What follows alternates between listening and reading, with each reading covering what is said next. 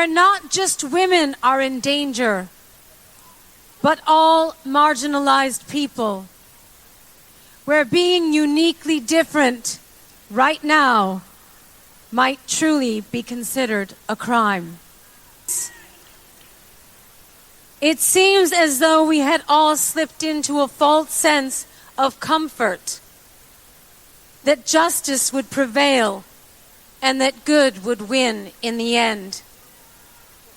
Well, good did not win this election, but good will win in the end. So what today means is that we are far from the end. Today marks the beginning of our story. The revolution starts here. The fight for the right to be free, to be who we are, to be equal.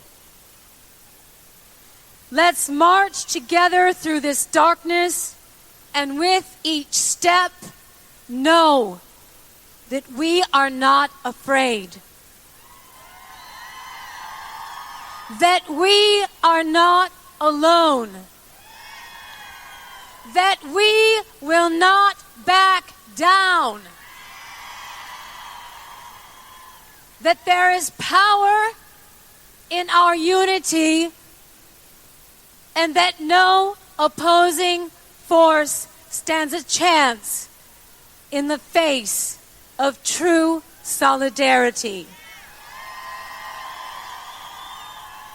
And to our detractors that insist that this march will never add up to anything, Boston Red here with Friday Java, a weekly magazine of political theory, polling, and commentary. It is part of the history called people that make up this fascinating journey. We are part of the Obama network. For that, we make no apologies. What we pledge to do is give you the facts on a bridge to history. What body politics is, the most up-to-date theories of political science and psephology. Stay tuned for this incredible ride. Boston Red, peace out. From WBRN Radio, traveling on the Boston Red Network.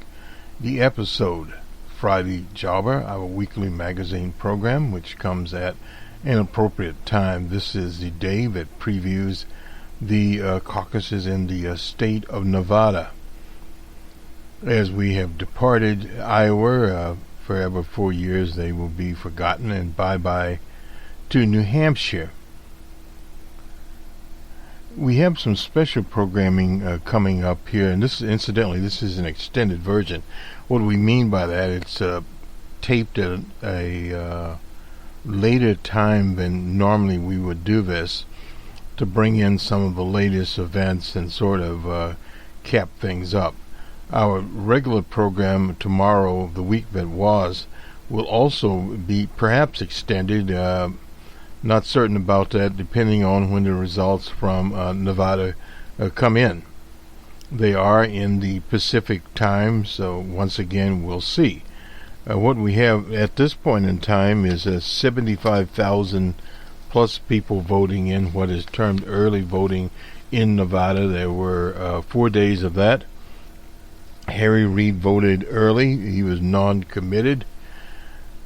And of that vote, we'll see how Senator Sanders of Vermont does. Now, the last tally we have is roughly about 86,000. That was in 2012, but conditions obviously are different. There are more Latino voters today than there were in the re-election campaign of Barack Obama of Illinois. And also when Senator Barack Obama was running in 2008. So it's a different situation now, and some of the pundits, etc., their comparisons, be very, very careful about that, because Nevada is one of those very interesting states. They have rural voters. They have a large amount of Mormon types there.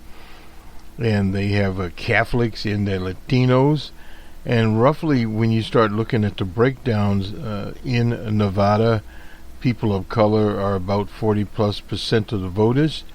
The Latinos are a very large percentage in Nevada, and they have been trending to Senator Sanders.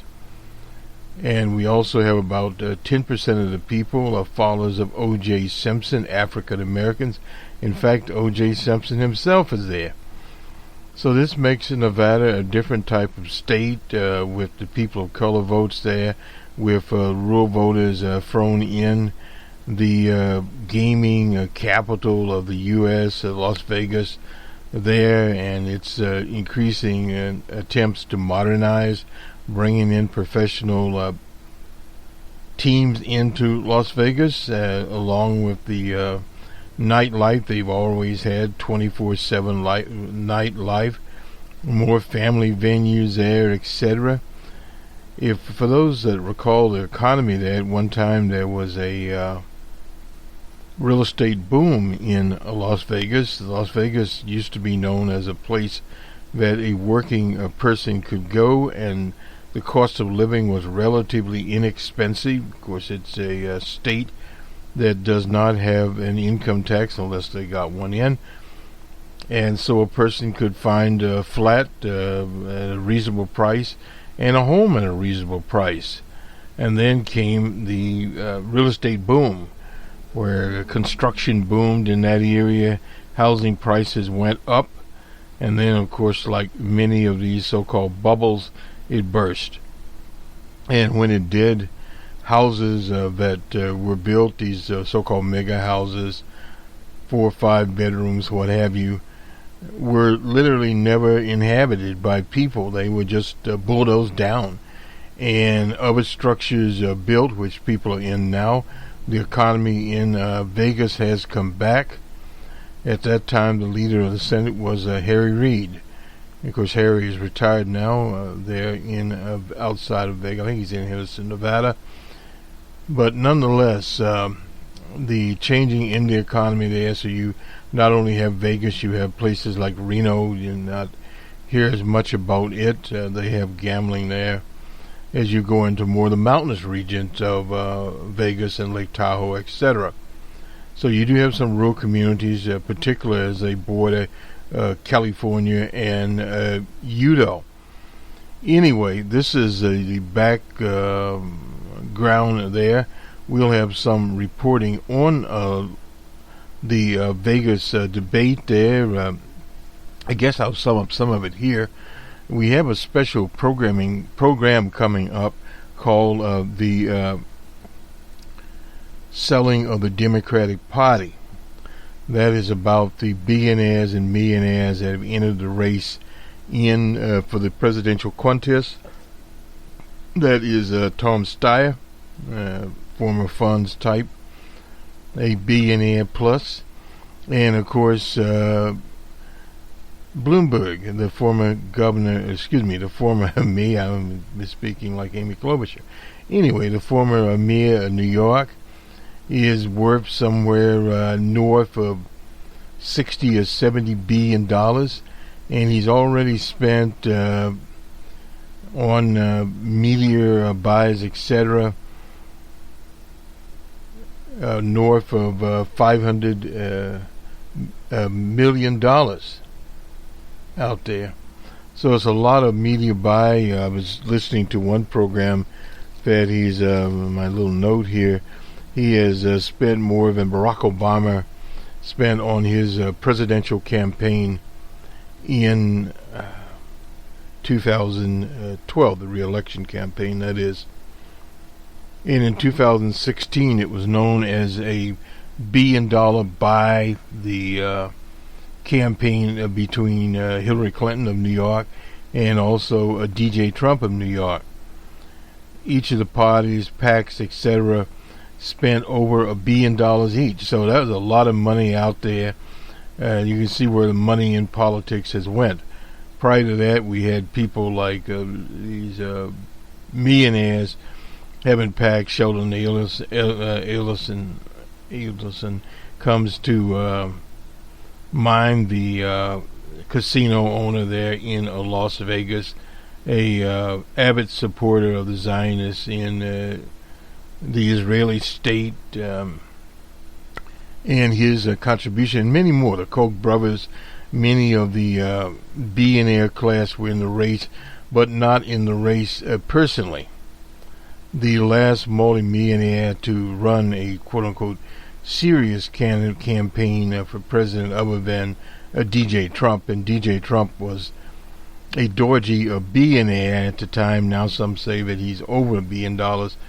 Dear difficult to say. We don't have his tax return, but his wealth has grown in almost 4 years, no doubt. But is not in the class of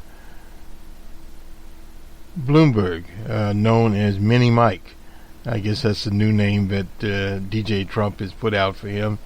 He is 5'4", which doesn't matter in 2020. As he so eloquently stated, it's the measurement between the chin and the top of the head. In other words, he's insinuating that DJ Trump is not a Harvard man, period. So this is how things are shaping up there. You have a historic battle between a social democrat, Bernie Sanders designates himself as a democratic socialist, which is social democrat around the world. But for a medical system of Medicare for all, now it's a little different than you have, say, in the United Kingdom, in Canada, where you have a national health care program. It's different in that there you have your medical institutions are owned by the government, and of course the insurance plan is also. Now that is a difference. Does that mean in Canada and in the EU you don't in the UK you don't have private institutions? Yes, you do.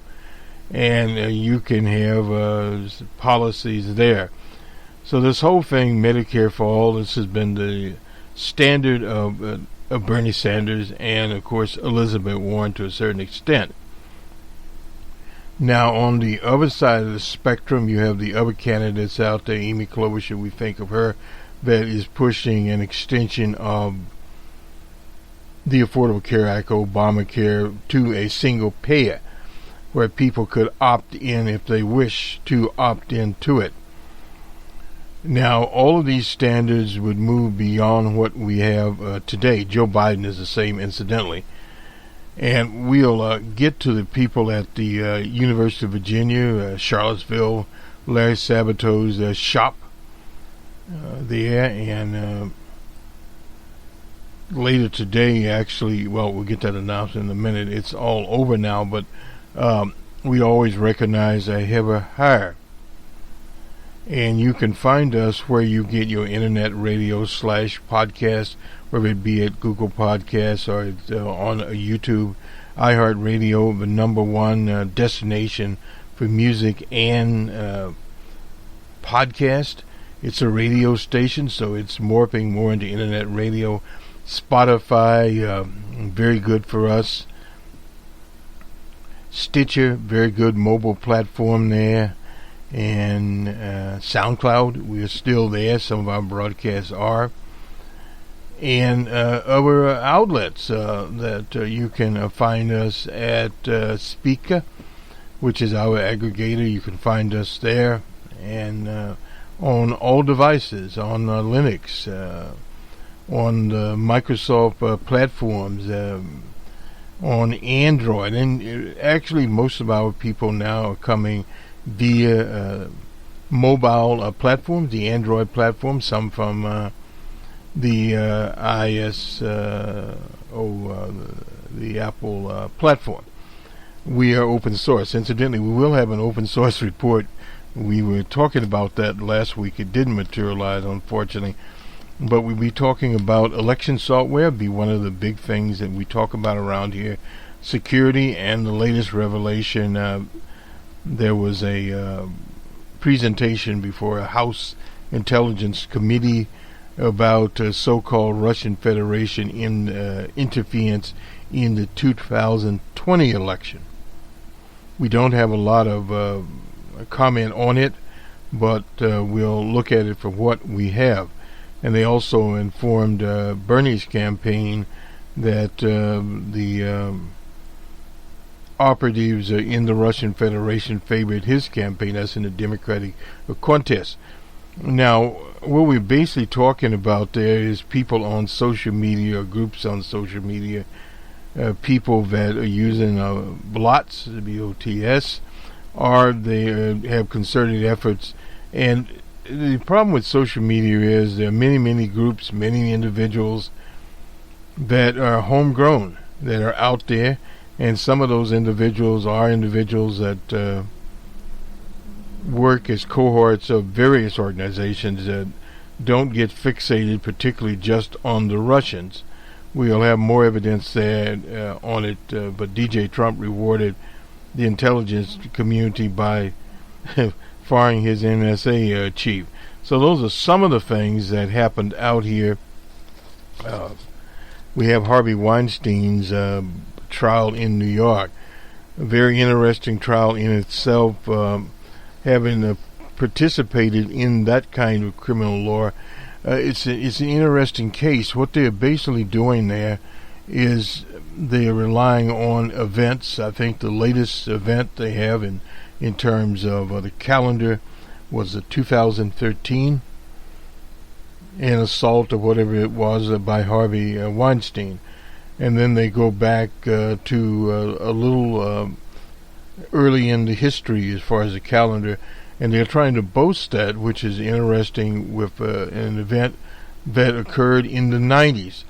They're trying to get a pattern of predatory behavior. And the jury, of course, has been deliberating since Tuesday. They are in recess until Monday, and they let the judge know that on some of the counts, we'll have more of this incidentally on the week that was, they are hung, and the judge told them to continue on. So that is an interesting trial. Some of the members of the criminal defense bar look at this as a very challenging event. And we at this mic have always looked at these delayed types of, as in the Bill Cosby case, as being a bit dodgy. Now, this is not necessarily saying we don't believe anyone. The problem is you don't have any forensic evidence, generally speaking. Now, in Bill Cosby's case, it was a little bit more, because we had a civil trial, and Bill had paid a settlement to the individual that was the bigger part of the case, a larger part, I should say. And that non-disclosure or actual protection or whatever was itself quashed, and thus it came into a criminal proceeding. That's a criminal defense lawyer's nightmare. So nonetheless, a little different type of situation. Some would ask, well, what about the cases involving the Catholic Church? Well, a lot of those cases, states have updated their laws to go back 20, 30 years with some of these people. Some of them have been dead. And the most latest incarnation has been the Boy Scouts, who are now in a bankruptcy proceeding. Now, some of their records date back 75 to 100 years, talk about pedophiles and that type of behavior in the Boy Scouts. So there's a lot of information there. Now, this is a little bit different. There are no records, unless perhaps they're hotel records, but what Weinstein says is it was all consensual. Now, you have her statement there. It's what is most believable in the particular situation. In an era of Me Too, incidentally, there was an interview with the BBC of Miss Tamara Burke. She's the person that coined the term Me Too. Very generic term there, but what it is a collective response to the predatory behavior of people and a response to the societal situation. And what she had to basically say was, where the Harvey Weinsteins of the world are there, and these women are there, but it's about the collective situation and not individual cases. One of the big problems in American jurisprudence, with the exception of the class action, cases are tried on an individual basis. So people tend to individualize these activities when it is a collective problem. And she talks about as Bernie Sanders, and we're starting to get connections here and clear away some of the brush. That the capitalist system itself spawns this, because what you have is greed. People are placed in these unfortunate exploitative positions, and that's what all this was about. Harvey Weinstein was a producer. He had great power, as many others, going back to the founding of Louis Mia's studios, etc. There, where you had producers, at one time studios, artists or actors were tied to the studios. Not the case today. You have these production companies like the Weinstein Company, and many, many more out there. And these allegations have come up from time to time, whether it be with women or it be with males or whatever. They have appeared there, but it is the system itself, and until you address systemic problems, you are going to have problems. And those not only of male superiority, but also of male superiority / sexism. But you also look at racism involved in it. That has been systematic, that people of color, particularly African Americans, because African Americans go back longer in the cinematic era, going back to The Birth of a Nation, which was hailed as a quote-unquote media type or film that was one of the first cinematic type of film there, from a technical standpoint, that is. But from a racial standpoint, it birthed and gave rise to the Ku Klux Klan and various other night riders in sheets. So a lot of this is has been woven in the whole situation, exploitive situation. Not only that, the studios are these days, the various production companies are spawning films in Hollywood that bring about and perpetuate white supremacy, no doubt about that. This whole idea of 1917, that was an era that people of color had not been integrated into the world fabric. African Americans fought in individual units, and it was on top of that, this whole war, so it was known in this country as the World War I, was a war of the capitalist class. At the same time, we had a revolution in the Soviet Union, 1917, 1914, 1917, 1914. Anyway, some of those, and out came a film called The Parasite from the Republic of Korea. And DJ Trump tweeted, "What is this all about?" And the production company just said that he couldn't read the subtitles. But that was done because of the enormous pressure placed on quote-unquote Hollywood, because you have Bollywood, that's in India. You have on Hollywood to quote-unquote diversify their content. And so this is why that happened. So Harvey Weinstein is just part of a subplot, and that is what Tamara Burke, the person that coined Me Too, explained to people. She had been working in recidivism, I hope I pronounced that correctly, a type of work involving people wrongfully convicted, etc. So she'd been out in the trenches a very, very long time. And what she was trying to do was present a collective view of people that had been harassed, assaulted, etc., from their collective experience, not from the experience of a few actresses and people that Gloria Allred runs out there with, and they are presented. And one of the examples they gave there was the researcher Christine Ford and her testimony against the now justice there from the college days that she had, and of course now this person is on the Supreme Court. But that was in contrast to what happened to Al Franken. The attorney that represented Dr. Ford said that she felt that Franken should have not resigned.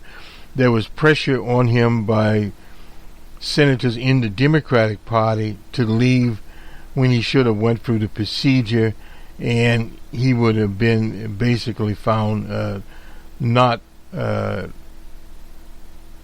won't say not guilty, but not culpable in the matter at hand there. So it would have been a different situation, period. So those are some things where there's media excess, and this is back to the whole thing. We'll talk more about this in the Southern Democratic Party, is how the mass media treats candidates. Up until this time, Bernie was in the woodpile of the commercial media, including the National Public Radio, PBS, etc.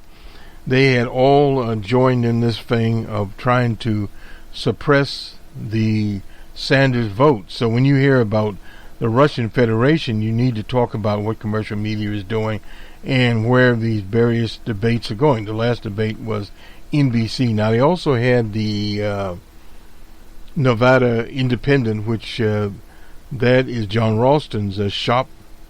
John Ralston being a progressive voice in Nevada. So that itself is an interesting situation, but the whole debate regiment has to be looked at, because at one time we did have presidential debates in this country, but the women voters were the sponsors of the debates. They were non-partisan, League of Women Voters, non-partisan. And then it became very partisan, because what you have now is commercial media outlets that sell commercials. And they have a ton of stations out there that also do it on a local basis. In other words, there is a commercialization. Where does Bloomberg, of course a media person himself, it made billions of dollars at the racket, is now spending millions of dollars to local TV. As the late great Jerry Pippin used to say, that the rates in many of these markets, they up the rate that they would normally charge. They have a political rate, and we'll try to get one of his recordings and bring it in. Anyway, we deviated too long here. Go to the University of Virginia. This is Larry Sabato's shop. Remember, have a hire once again. And this is Sanders and the Senate. Why this potential nomination makes some Democrats worry. The low-hanging fruit for both parties. And we'll get over this, then we'll get to some current polling. The key points here: Bernie Sanders may be a poor fit for Democratic Senate targets and some other Democratic contenders if he wins the nomination. There are 2 Senate rating changes this week in the state of Colorado. Moves from toss-up to lean Democrat, while in Alabama it moves from lean Republican to likely Republican. They're talking about Doug Jones there.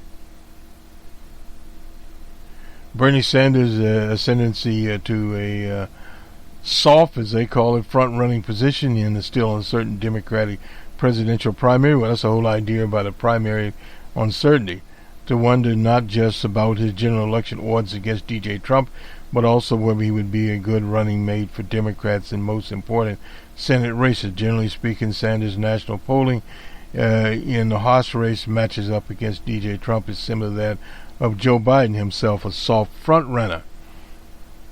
And Bloomberg, who is trying to position himself as a less liberal alternative to Bernie. Now, one of the things to bring out here, Bloomberg is not a liberal per se. He is a moderate. He's a centralist, and that has been his political career. He was a Republican, independent, whatever you want to call it. He's known for the racist tactics of stop and frisk. Now he's been called out on these non-disclosures. He announced today agreements with women, that there are 3 women there. Now, this is past history. If they contact, he said, if they contact. Now, he didn't give them a general release. If they contact the Bloomberg organization, they would be released. But we don't know how many are there. And also the matter of his tax return.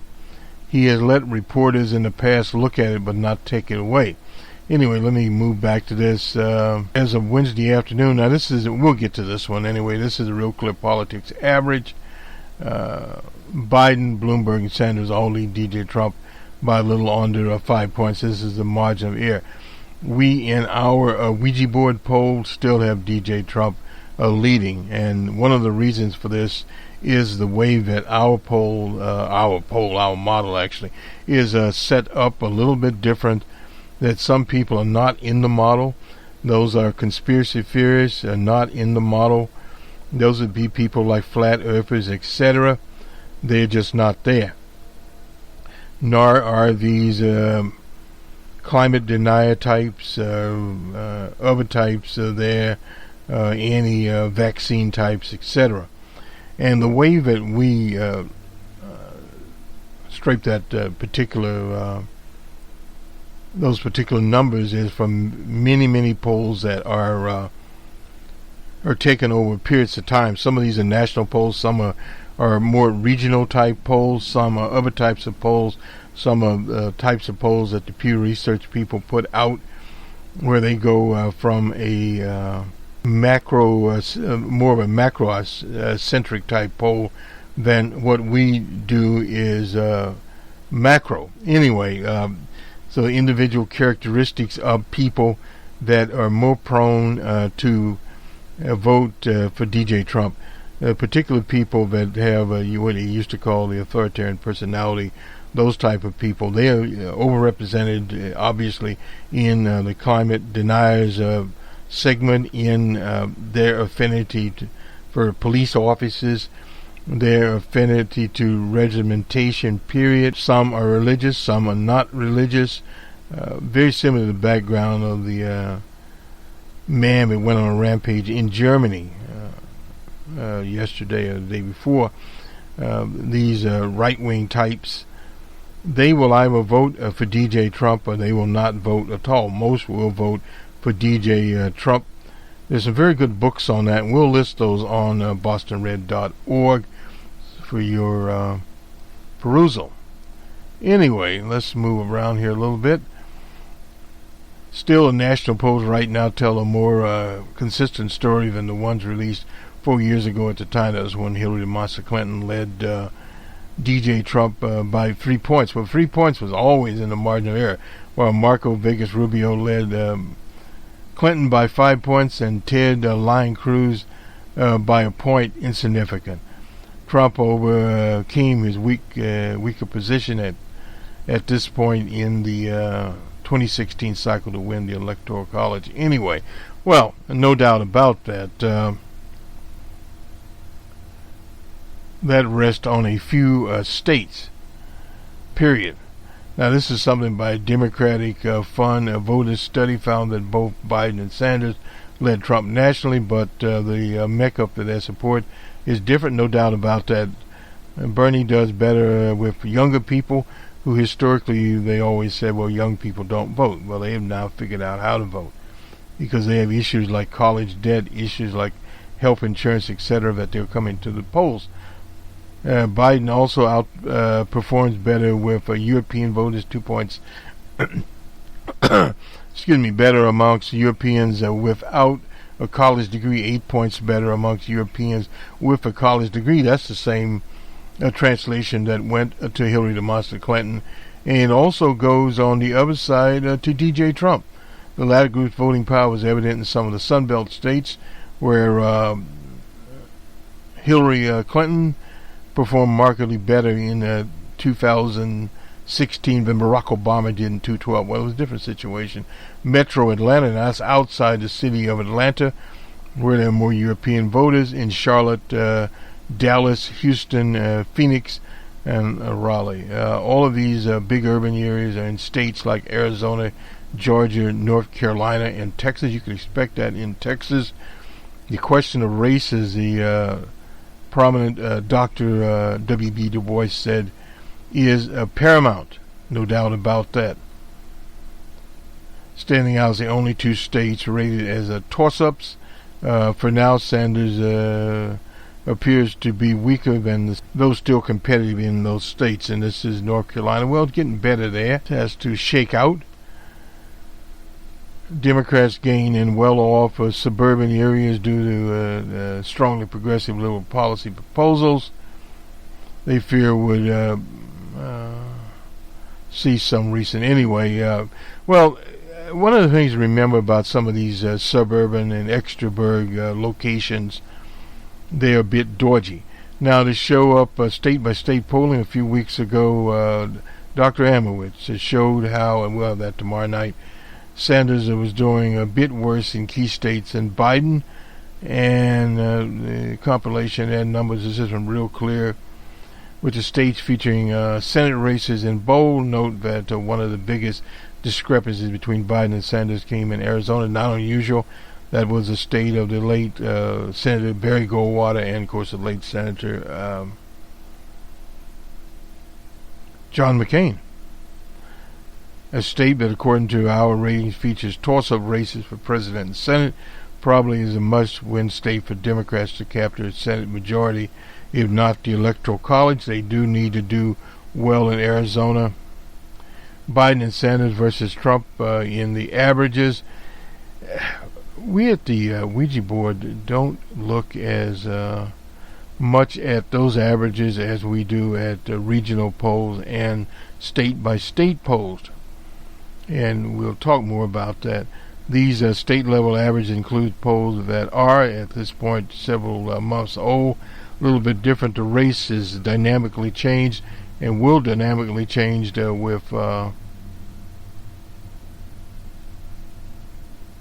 Alabama and Colorado. Two different states altogether.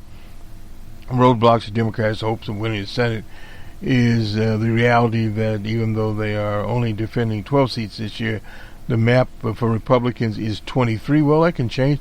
Doug Jones in Alabama, a very hard situation there. And Beauregard Sessions is running again, and former Auburn, I thought I recognized his name, Tommy Tuberville, and Representative Bradley Bryan in the general election. Two of them seem likely to advance to runoff. That would be interesting on March the 3rd primary, with Sessions the best bet to grab one of those spots. This is a blow to Jones, who will surely hope to face Roy Jones. Roy Jones is not running that well, last poll I saw. Anyway, according to, this is Mason Dixon and the Alabama Daily, he's lagging 3. I think we went over that, won't spend any time on it. The likely loss of Alabama means that Democrats have to win at least 4 current Republican-held seats to get a 50-50 tie. That's very hard to do. The only one that they see now they have a very good chance of knocking off is Cory Gardner in Colorado. Gardner is in a tough spot, no doubt about that. He was in a tough spot before and he got out of it. That is the trend line in Colorado must be worrying to Gardner, no doubt about that. Gardner is in a lot of trouble, period. Gardner won his Senate seat, and that was basically 48-46 over Mark Udall, but had a larger 3.6 average in the 6th district. In other words, Colorado 6 voted almost 2 percentage points more Republican than the state. 2 years later, Hillary Clinton won the Centennial State's electoral votes by 5 percentage points. That was out of the margin of error.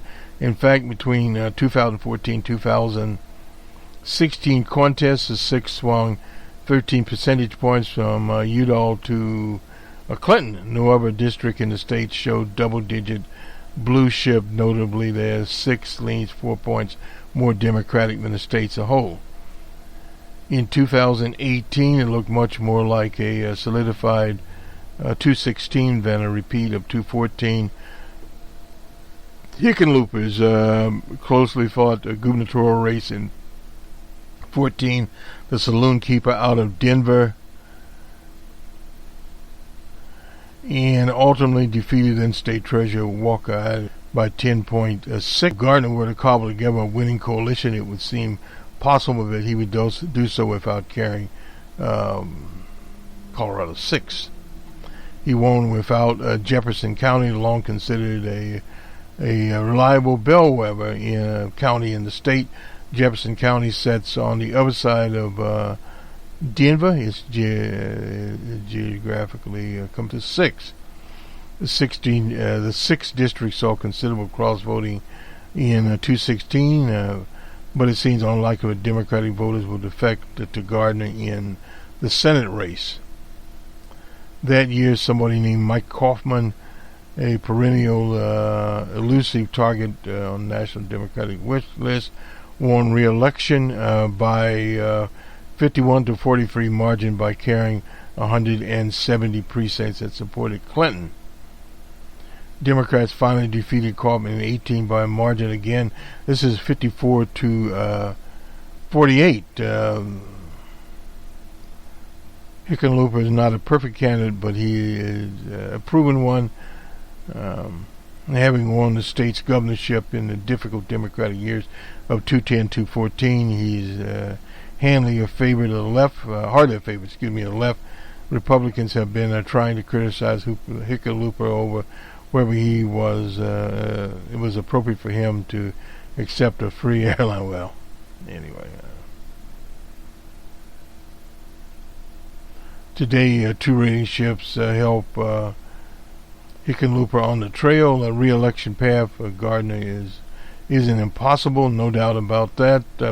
Republicans would obviously be pleased because that would mean they would retain their 53-47 majority. Now we go now, 2 states here, Arizona and North Carolina. Arizona I see as a more Martha McSally is there. She's a former astronaut against Mark Kelly. Of course, Mark Kelly being the husband, the lady that was wounded there. The state race, with the presidential race, although it's hard to imagine Mark Kelly being able to potentially do better than Democratic presidential nominee. And then McSally got an appointment when she lost out before. Ms. Sinema went on to win that Senate seat in Arizona. He had not had a Democratic senator for a while there in Arizona. Could very well have the advantage. She is embracing the president, and she may wish to do so if Trump wins the state again, especially if he exceeds his margin. 3.5, a little harder for him to achieve there. Meanwhile, the National Democrats hope that this is in North Carolina. Cal Cunningham, those who remember Cal Cunningham, passed the Advances Press the primary to face this Fort Tillis.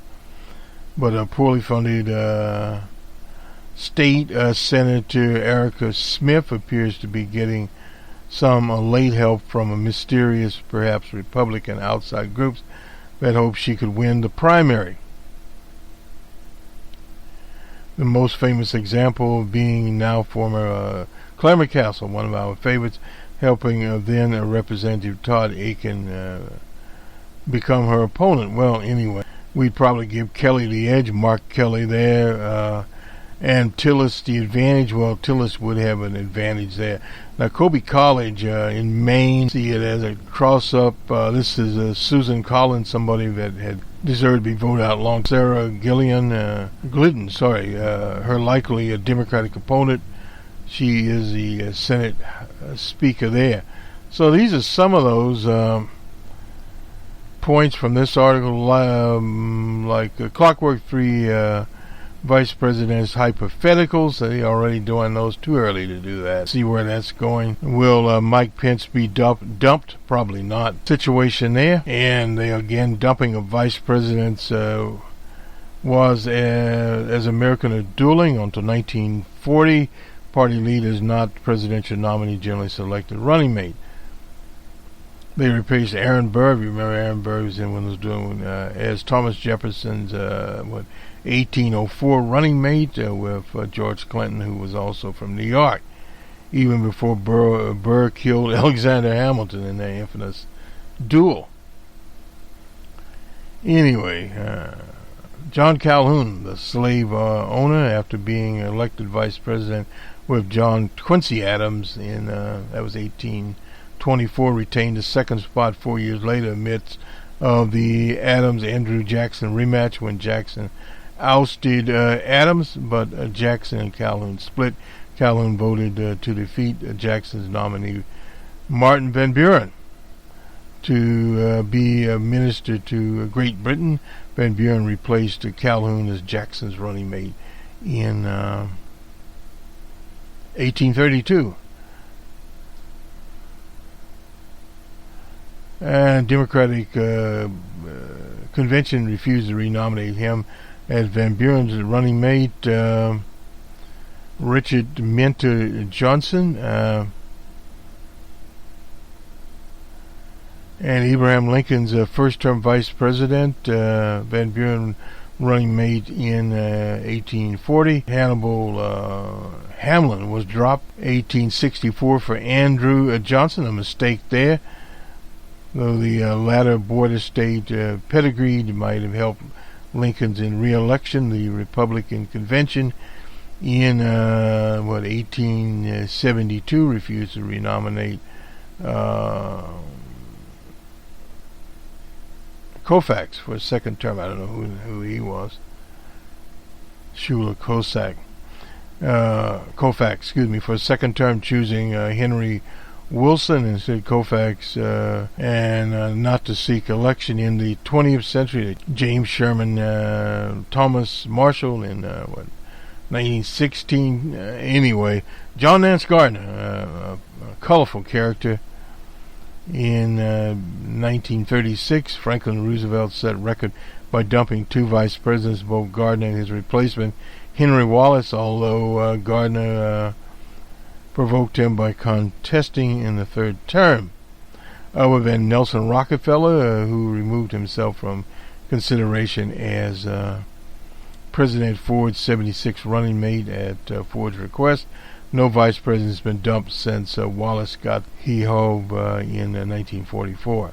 Now, Rockefeller was actually vice president on a Section 2 amendment after Nixon resigned as president to avoid the impeachment and removed on 74. Ford, as a new president concerned with governing, had picked Rockefeller without focusing on how the Republican base or convention would view the governor, who had a reputation as a moderate. This pattern suggests that modern vice presidents who aren't Rockefellers don't get dumped. Not because presidents and those cahoots with them don't consider race. After a serious heart attack in '55, I Like Ike suggested to Nixon that he would serve his presidential ambition by moving from vice president to a cabinet position other than Secretary of State, which Eisenhower wouldn't made available. Eisenhower said Nixon should chart his own course, but the more persuasive evidence suggests that he was generally signaling that Nixon should step aside gracefully. Nixon wasn't interested in following Wallace's career path and recognized that being one heartbeat away was the best chart politically and electrocardiographically. He preferred his current job. Kind of funny here. Whereas Eisenhower respected Nixon, Nixon had little regard for his chosen run mate. That was Spiro T. Agnew, who wanted to replace in 72, yet Agnew fancies himself before he went to jail as Nixon's successor and developed a constituency amongst conservatives.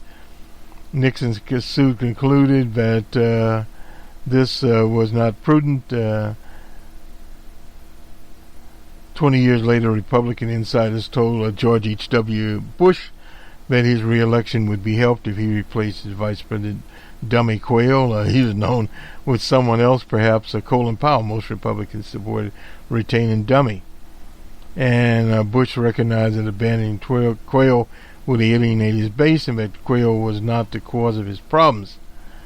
In 2004, some suggested that Dick Cheney due to go. Cheney, unlike his predecessors, often stepped aside, and Bush so desired, offered to step aside. Bush considered replacing Cheney with Bill First out of Tennessee. Those instances appeared to have been the most recent. There's some political gossip suggests that John F. Kennedy would have not run again with LBJ, but the evidence of a planned switch was sketchy, and of course Dallas intervened. Vice President Biden, that was in 2012, Barack Obama's campaign research sending Joe Lunchbox Biden to the showers and replacing him with Hillary the Monster Clinton, but there's never any indication that Obama himself considered the idea. They didn't. And the rest was history there. Choosing a cross-party running mate, Vice President Biden created something of a media frenzy when he responded to a question about perhaps having a Republican run. Not going to happen there. Of course, it is right now. He doesn't have to worry about that anymore. In 1968, associates of Hubert Humphrey contacted Nelson Rockefeller to determine whether he would consider the vice presidential run on the Democratic ticket. That wouldn't have been too slick. It seemed uncertain that a Humphrey-Rockefeller ticket would have developed in any event. The Democratic Party was fractioning the anti-war supporters of Eugene McCarthy, who turned out to be a reactionary, and George Corley-Wallace. 4 years later, Nixon wanted to replace Agnew with John Connally, the former governor of Texas, Secretary of Treasury. Ultimately, Nixon decided that the course of dumping Agnew was not worth the gains, and Connally led the Democrats for Nixon. Anyway. In 1992, Wild Bill Clinton asked Vernon Jordan to determine whether Colin Powell, who had served as National Security Advisor to and Chairman of the Joint Chiefs of Staff under Ronald Reagan and under George H.W. Bush, would be run mate. Powell was loyal to Bush and declined any interest, and then came Brother John Kerry, considered his senatorial colleagues. John McCain as a running mate. That was in 2004. McCain had lost a bitter battle with G.W. Bush 4 years earlier, and cross-ticket idea there. 4 years later, as Republican nominee McCain was disposed to similar cross-strategy. Joe Lieberman, you remember him, the VP, that was in 2000. That was the only thing good came of 2000. Joe Lieberman got sidelined. And the same year, some rumors suggested that Obama might consider Senator Hagel, he was of Nebraska, as his running mate. Hagel did later join the Obama administration.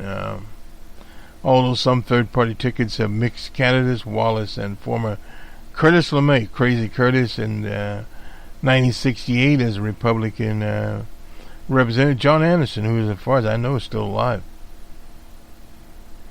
and Democratic former Governor Patrick Lucey, 1980, So this is some of the things that have happened here.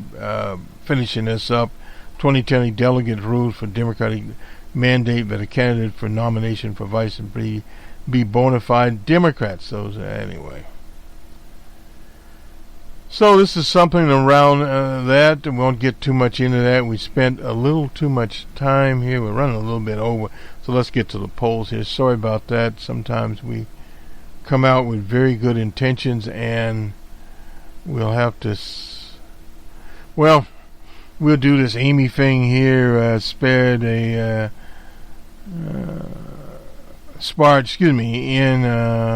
streaky personal terms with some of her main rivals. That was Wednesday night's debate. One or two women left on the stage there in Nevada, which opened by invoking sexism. She faced in the past. I've been told as a woman to wait my turn, step aside. I'm not going to do that, she said, citing a campaign memo by The Bloomberg campaign suggesting that she and other centrist candidates should exit the race. I don't think you look at Donald Trump and say we need someone richer in the White House, she said, shooting at Bloomberg.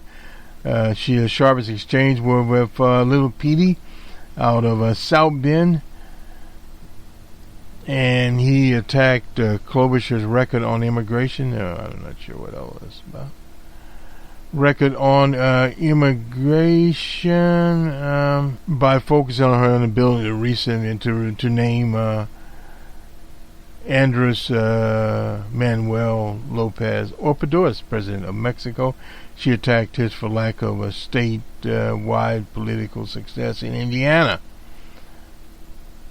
Presidential candidates, Amy Klobuchar writes, I don't think momentarily forgetfulness characterizes what I know about Mexico and how much I care about it, Klobuchar said.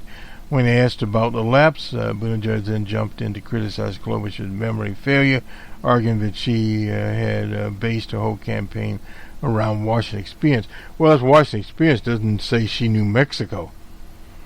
Are you saying I'm dumb or marking me here, Pete? She shot back, precipitating a lengthy and often acrimonious exchange between the two. It's no secret. Amy does not like Little Pete.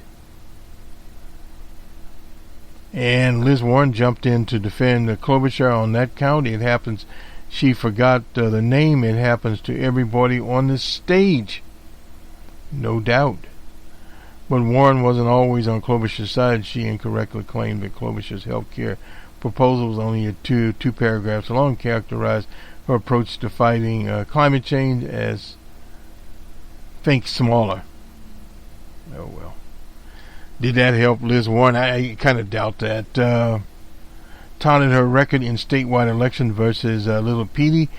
He fired back at her. If winning the Minnesota Senate translates to winning the presidency, I would have grown up under the presidency of Walter Mondale. Well, that doesn't make any sense right there. When Klobuchar repeatedly contrasted her work in the years against Little Petey, maybe leading in a diverse city facing economic ruin doesn't sound like an arena to you, but I'm used to senators telling mayors that mayors are not as important as senators. Actually, correct there. We haven't had a mayor in a very long time, as I recall, to be president. Maybe Bloomberg wants to change that narrative. You have memorized a bunch of talking points, which is correct. She said, dismissing his criticism, sparring trouble with Little Petey. She added, I wish everyone was as perfect as you. She got him there. Strong performances in the latter couple of debates was a driving reason behind Klobuchar's bounce. But Klobuchar faced tougher questions from moderates in Nevada, where she was grilled about her tenure as a state's attorney in Hennepin County, specifically the lack of prosecution of police-involved shootings and the conviction of Myron Burrell in a shooting case that has since been called into question. Why should American Latino votes trust your judgment now? The moderator Chuck Todd asked. Chuck Todd has always been an assassination type character there. She went on to say, I've had support of African Americans in my community in every election. I earned it, and this is going to be on me to earn it. She pointed out that charging decisions on police shootings when she was state's attorney was made by grand juries. Prosecutors, incidentally, have a choice to use a grand jury, or they can do it themselves. Despite a recent spike in fundraising, decent poll showings, she continues to lag behind polls with Bernie and Bloomberg. Well, naturally, because Bloomberg is spending millions of dollars. And Klobuchar talking about Bernie's Medicare for All proposal Wednesday night, saying that Democrats should strengthen the Affordable Care Act, which Bernie would do in a transition period. When you see troubled waters, she said, you don't blow up the bridge, you rebuild it. Amy Klobuchar, anyway, that's there. Anyway, this is written by somebody named Patrick Condon. of the local Tribune paper in Minnesota. He's been there since 2014. Before that, the person was with the Associated Press. Now let's get to the polls and we'll close out here. We'll have to move some of what we were talking about, like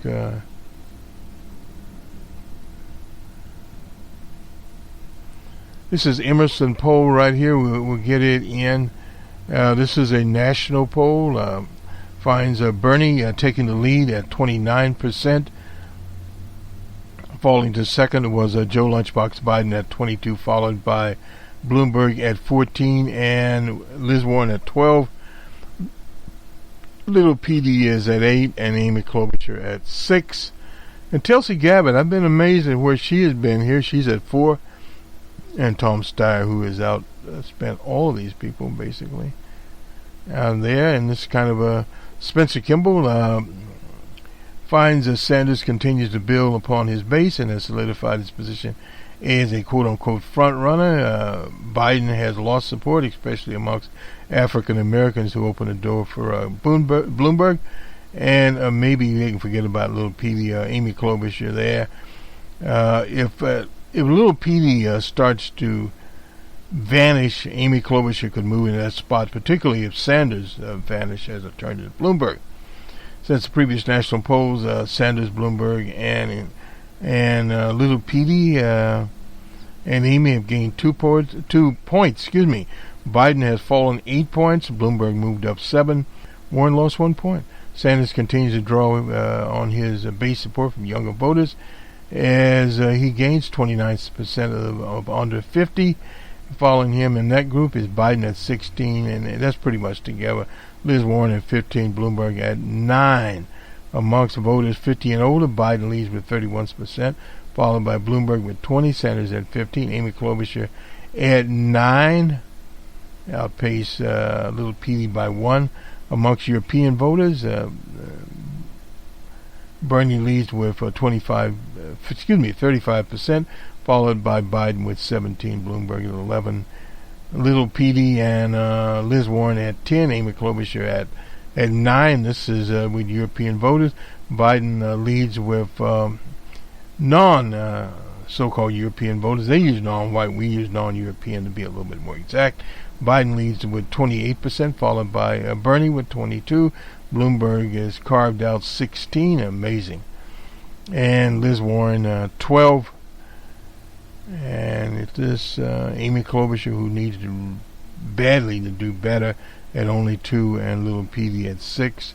And I'm not sure where he found his voters. Anyway, Sanders commands a so-called very liberal. That's a social democratic vote at 58%, and followed by Liz Warren at 20. Somewhat liberals, he's 29%, followed by Biden at 18, Warren at 16, Bloomberg at 14. That's supposed to be pretty dodgy. Overall, 52% of primary voters say they would definitely vote their preferred candidate. 48% said they would still change their mind. Sanders supports most committed at 57%, where he wants it to be. And respondents also asked who they think would be the nominee, regardless of who they support. Sanders also leads the question with 33, followed by Biden. And Bloomberg and Amy is at 6 and 14. It's going to be interesting when these people start. Democratic primary voters also split among who they see as VP. Kamala Harris. Well, Kamala Harris could emerge as a VP.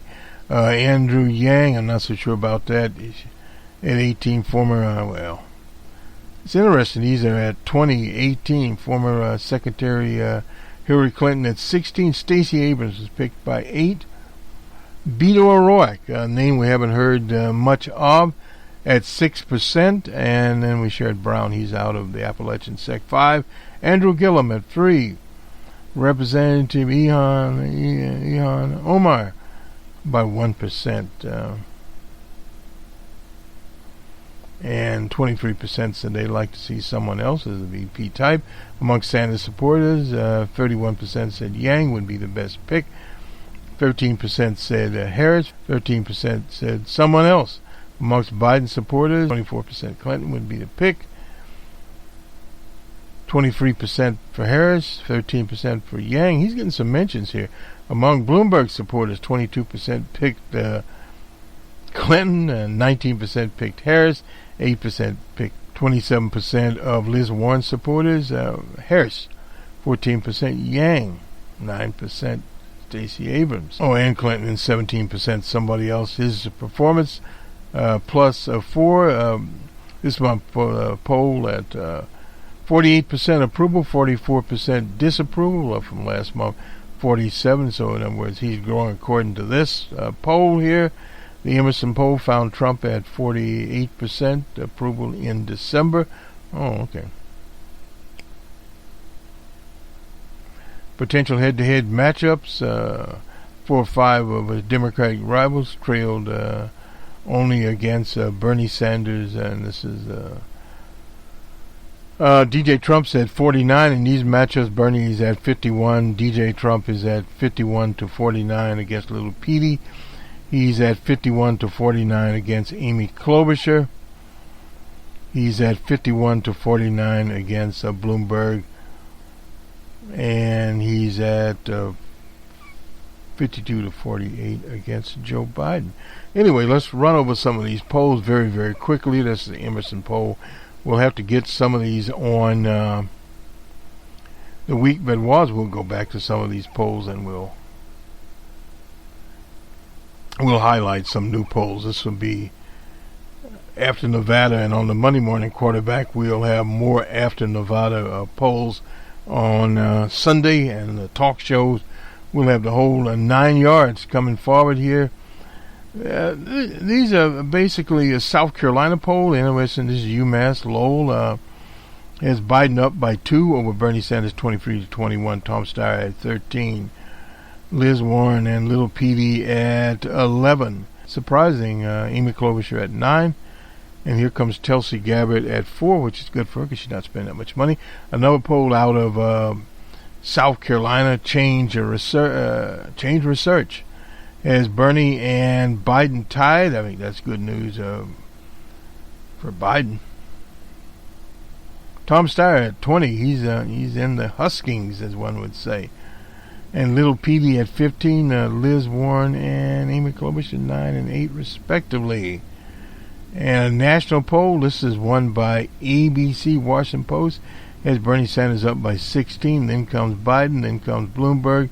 Then comes Warren, and Little Petey and Amy are tied up. We did the Emerson poll already. The YouGov poll has Bernie up by 6. And then comes Biden at 18. And then Bloomberg at 12. Warren at 16. Little Petey at 11. And Amy Klobuchar at 7. Hill Harris, that's a dodgy poll, shows Bernie ahead only by 3, 22 to 19 there, and then comes Bloomberg. This is Joe Lunchbox Biden there, and Warren is at 12, South Bend is at 10, and Amy Klobuchar is 5. Let's do some of these matchups very quickly, and we'll close out this report. This is from the ABC Focus. The only reason we're doing this. Bernie's up by 6 over DJ Trump, this general election. Biden is up by 7, according to ABC Washington Post. Bloomberg is up by 5 over DJ Trump. Little Petey's up by 3. Amy's up by 2. Liz Warren by 1. The Emerson poll, Bernie's up by 2. I think we already went over that. And the approval ratings here, well, Washington Post has DJ Trump at 46, disapproval at 52. The NPR PBS poll has DJ at 44. Emerson has him at 48. And Rasmussen at 50. YouGov has internet poll at 43. And generic ballot for YouGov, economists up as by 7. For NPR, PBS, Democrats up by 8.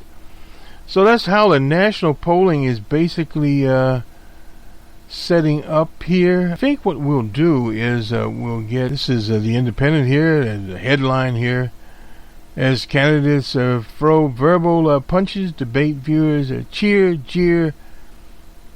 Anyway, this is Jackie Valley wrote this on the 20th. The war of words there, no doubt. It was, incidentally, one of the more watched ones out. 20 million was the audience. Bloomberg got dimensions on climate change, a priority for Nevada voters. This is one thing to remember. Nevada voters, Latinos in general, they don't just want to talk about immigration. They're interested in climate change, medical matters. And we'll talk more about this on our next broadcast. Outside money, of course, pours in there. Tom Steyer has now had some kind of outside group of super PAC boosting his candidacy on TV. And this is Riley Snyder pulling a lot of money in Nevada. Early voting, of course, was underway. This is by Megan Mastery. This is an older article on the 16th.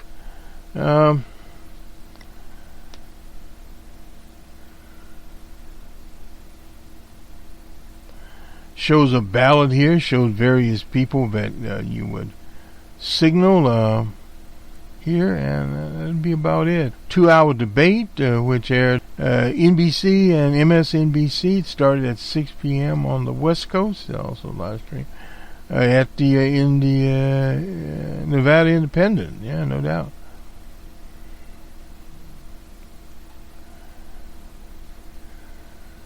So they had some training. We'll talk about Nevada and we'll talk about New Hampshire. We'll do a little bit of past history here, as we sometimes will do. It's just one of those things.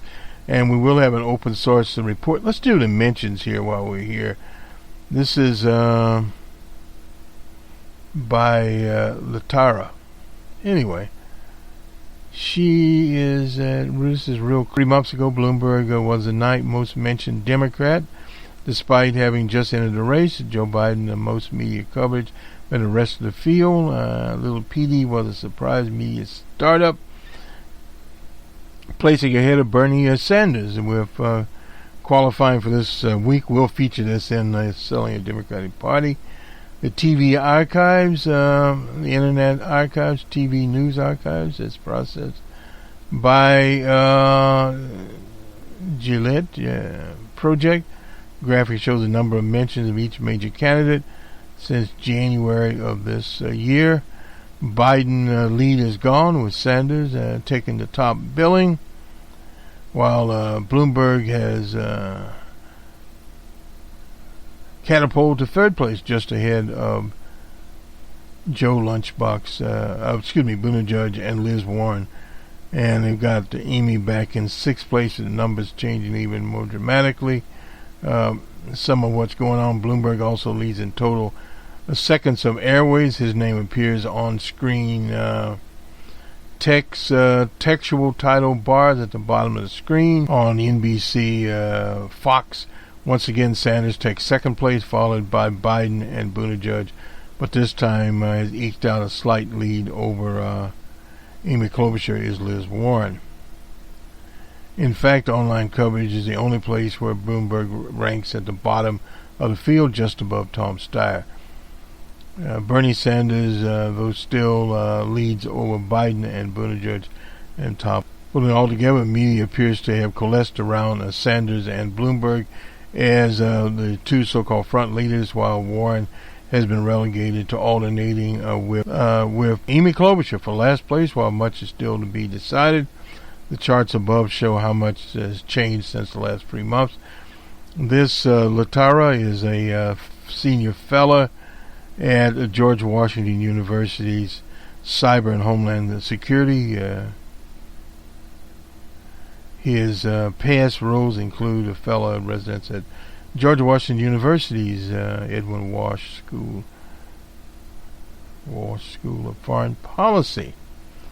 So this is he, and interesting how it's put out here. We'll have a little more on this when we look at the Giller, and what we attempt to do here at the Boston Red Network is use some of these articles as a setup piece and dig a bit deeper which we shall dig deeper. Nonetheless, this is Boston Red in the Jared Pippin broadcast booth on the 21st of February 2020. We'll see you on the week that was. That'll be our next scheduled broadcast. This weekend from the channel, we also have Numbers Man. That is our macroeconomics program. We'll talk about the COVID-19 virus and its effect on the economy, not only in China, and now it's in Korea. The Korean military has basically locked down all of their units, and American troops there also under a lockdown. And the cases are rising in the Republic of Korea. We'll have more on that, the economic impact. Incidentally, on our last Numbers Man, This Week in Economics, we call it, we talked about the Japanese economy contracting by over 6%. We posted up the latest numbers from the Foreign Affairs Division. Those are the people that put out the quarterly reports of the Japanese economy. They are there. And they not only have are in English, but they're also in Japanese for our Japanese listeners there. We spend our time on those things, and we have production figures and various other things. We'll be talking about some inflation this time around with the American economy and in general what is going on there, what occurred with Wells Fargo. Wells Fargo was fined $3 billion, looking at my notes here, and that is basically equal to 1/4 of profits from Wells. And that money, incidentally, did not go to consumers. Some of it went to stockholders, and the rest to the U.S. Treasury. So we'll see where that is taking us. Have a good weekend, everyone. We'll talk to you on the week that was. Good day.